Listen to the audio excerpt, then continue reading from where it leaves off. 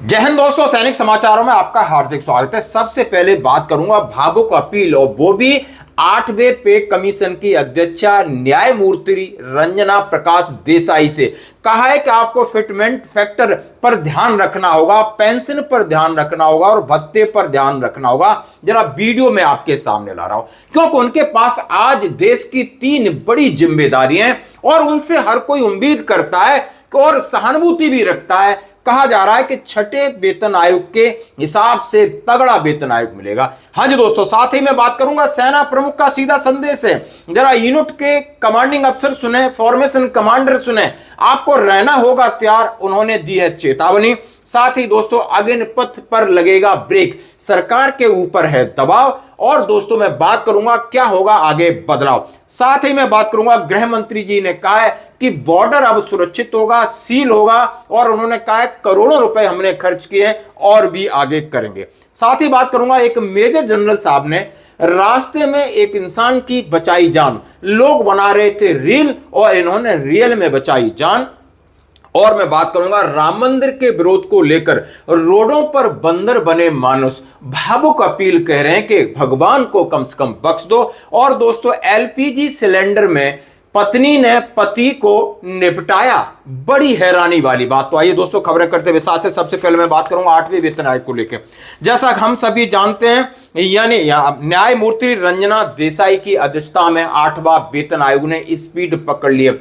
साथ ही डॉक्टर मंजीत पटेल ने उनसे एक भावुक अपील की है। इससे पहले मैं आपके सामने बताना चाहता हूं, उनके पास बड़ी 3 जिम्मेदारियां हैं। जैसा कि हम सभी जानते हैं, उन्हें महाराष्ट्र यूसीसी समिति यानी महाराष्ट्र सरकार ने राज्य के समान नागरिक संहिता लागू करने का मसौदा तैयार करने वाली 7 सदस्यीय कमेटी का अध्यक्ष बनाया है और उन पर पूरा भरोसा जताया है दोस्तों। और उसकी वो अध्यक्ष हैं, कमान उनके पास रहेगी जस्टिस रंजना देसाई जी के पास। प्रेस काउंसिल ऑफ इंडिया इस देश की सबसे बड़ी मीडिया संस्था, उसकी वो अध्यक्ष हैं और देश के अंदर मीडिया के और की पत्रकारिता मानकों को तय करने की जिम्मेदारी 8वां वेतन आयोग की अध्यक्षा है। और उनसे ये भावुक अपील की है कि आज आपसे पेंशनर्स और करोड़ों केंद्रीय कर्मचारी और पेंशन उम्मीद लगा के बैठे कि आप उनकी वेतन, आप उनकी पेंशन, आप उनके भत्तों पर पूरी तरीके से उनके साथ न्याय करिए। जैसा कि 7वें वेतन आयोग में अन्याय हुआ है वो न हो, छठे वेतन आयोग जैसा ये होना चाहिए। साथ उन्होंने फिटमेंट फैक्टर की बात की कि हमने जितनी मेहनत करनी थी, जो भी तथ्य थे आपके सामने रख दिए, चाहे फैमिली यूनिट की बात हो, हमारे खर्चे की बात हो, अब गेंद आपके पाले में। और ये भावुक अपील कर रहे हैं डॉक्टर मंजीत पटेल। आप इनका वीडियो देख सकते हो। सादर नमस्कार। अखिल भारतीय एनपीएस कर्मचारी महासंघ की तरफ से 8वें सेंट्रल पे कमीशन की चेयरपर्सन माननीय रंजना प्रकाश देसाई जी को महाराष्ट्र सरकार द्वारा एक समान सिविल संहिता के लिए 7 सदस्यीय कमेटी का मुखिया बनाने के लिए बहुत बहुत बधाई और बहुत बहुत शुभकामनाएं। माननीय न्यायमूर्ति जी के नेतृत्व में पहले भी उत्तराखंड राज्य के नागरिकों के लिए एक समान सिविल संहिता का ड्राफ्ट तैयार किया गया था। हमें पूरा भरोसा है कि महाराष्ट्र सरकार के जो नागरिक हैं उनको भी एक समान सिविल संहिता का लाभ बहुत जल्द मिलेगा। देश भर के लाखों करोड़ों कर्मचारी और पेंशनर्स इस समय 8वें पे कमीशन के माध्यम से अपने अपने मुद्दों का समाधान चाहते हैं, लंबित मांगों का समाधान चाहते हैं। हमारी फेडरेशन और देश के लाखों करोड़ों कर्मचारियों और पेंशनर्स को भी पूरा भरोसा है कि इस बार 8वें पे कमीशन के माध्यम से माननीय न्यायमूर्ति रंजना प्रकाश देसाई जी के कुशल नेतृत्व में हमारी मांगों का समाधान होगा, हमारे लंबित मुद्दों का समाधान होगा और एक बेहतर फिटमेंट फैक्टर हम लोगों को मिलेगा, जिससे कर्मचारी गण भी इस देश के विकास में अपनी सहभागिता और बेहतर तरीके से सुनिश्चित कर पाएंगे। एक बार पुनः माननीय न्यायमूर्ति जी को महाराष्ट्र सरकार की तरफ से यूसीसी कमेटी का चेयरपर्सन बनाए जाने के लिए बहुत बहुत बधाई और शुभकामनाएं। और हम सभी इनसे उम्मीद करते हैं कि बहुत ही साधारण हर चीज को जमीनी लेवल पर समझती हैं और भारत सरकार उनको नई नई जिम्मेदारी दे रहा है। इसलिए जैसा कि हम सभी जानते हैं अभी डेटा कलेक्शन का काम चल रहा है कि सरकार को यह बताना होगा कि वर्तमान में सरकार के ऊपर इतना बोझ है और किस तरीके के कर्मचारी हैं, उनकी चार्टर ऑफ ड्यूटी क्या है, अलाउंसेस क्या है। तो यानी A to Z चीजों को नए सिरे से तैयार किया जा रहा है। दोस्तों बहुत उम्मीद है और शायद उम्मीद पर खरी उतरेंगे, यानी उनकी जो रिपोर्ट जाएगी सरकार के पास वो अच्छी जाएगी, ये बात पक्की है। मैं दिल से कह रहा हूं इस बात को लेकर। धन्यवाद दोस्तों। अब मैं बात करूंगा सेना अध्यक्ष का एक सीधा सीधा संदेश जनरल धीरज सेठ साहब का सेना के बड़े अधिकारियों खासकर सीओस के लिए कि आपकी यूनिट हमेशा तैयार रहेगी ऑपरेशन सिंदूर 2.0, ऑपरेशन स्नो लेपर्ड 2.0। उन्होंने कहा है देश के सामने चुनौतियां और हमारी पहली प्राथमिकता होगी युद्ध की तैयारी। हर समय हर हाल में आपकी यूनिट तैयारी होगी और इस पर आपको हमेशा प्रैक्टिस करनी होगी। आपको सैनिक हो, हथियार हैं, गोला बारूद है, रसद है और सैनिक की बाकी संसाधन है जो लॉजिस्टिक है उनकी पूरी तैयारी होगी। साथ ही उन्होंने कहा यूनिट को बेहतर बनाना होगा और यह भी संदेश दिया है आपके अधिकारियों का व्यवहार सैनिकों के प्रति भरोसे वाला और सौहार्दपूर्ण होगा, रिश्ते अच्छे होने चाहिए। अपील की है कि युद्ध की तकनीकी बदलती जा रही है। उन्होंने कहा है सैनिकों को ड्रोन, आर्टिफिशियल इंटेलिजेंस और नई तकनीकी के लिए तैयार रहना होगा। यह सीधा सीधा संदेश है सभी के लिए, यानी कहा है बहुत बड़ी बात की है और इस बात से मैं पूरी तरह सहमत हूं, दिल से सहमत हूं कि यूनिट को इस तरह रेडीनेस होना चाहिए, यूनिट की पूरी मैन पावर होनी चाहिए और बीच में जो तालमेल है, कोऑर्डिनेशन है, चाहे फील्ड में, चाहे पीस है, चाहे ऑपरेशन में, चाहे लड़ाई में, यानी हमारा रिश्ता बेहद कहते हैं ना भरोसे वाला और प्यार वाला होना चाहिए, जैसा कि हमारी पहचान है। धन्यवाद दोस्तों।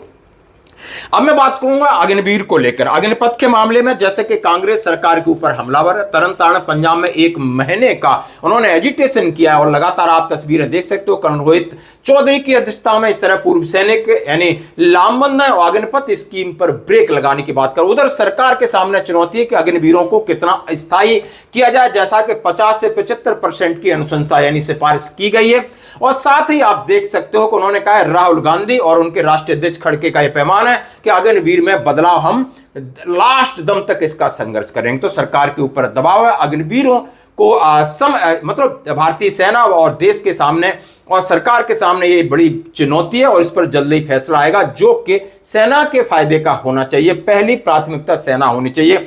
साथ ही दोस्तों जैसा कि आप देख सकते हो एक हवलदार किस तरह रिक्वेस्ट कर रहे हैं, हवलदार का संदेश है इस तरह चेयर और पीछे यानी फ्लैग देख के हमारा दिल भर गया कि कम से कम आप इतना मौका तो दे रहे हो। जहां पर ये कह रहे हैं कि आपका एंट्रेंस एग्जाम का रिजल्ट 12-13 को निकलेगा महाराष्ट्र रीजन का, साथ ही आपके फिजिकल टेस्ट होंगे 20 जुलाई को, तो उसके लिए सीधा संदेश दिया है कि आइए भारतीय सेना से जुड़िए, भारतीय सेना आपका स्वागत करती है। साथ ही जय हिंद।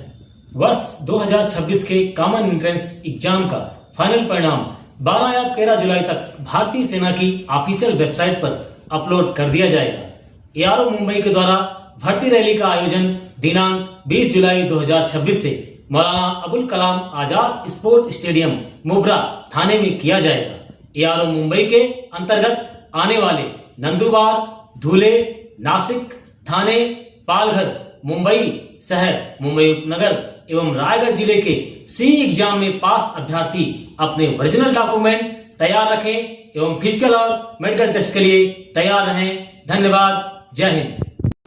बॉर्डर सुरक्षा की बात करूं तो हमारे देश के गृह मंत्री माननीय अमित शाह जी ने कहा है कि 400% काम हुआ है, बढ़ोतरी हुई है, करोड़ों रुपए खर्चा हुआ है बॉर्डर के ऊपर, चाहे आपके बंकर हैं, चाहे आपका फेंस का काम है, चाहे आपको रहने के लिए यानी पैरामिलिट्री फोर्सेस है, आर्मी, सबको एक मजबूत इंफ्रास्ट्रक्चर मिलेगा। हाँ जी दोस्तों।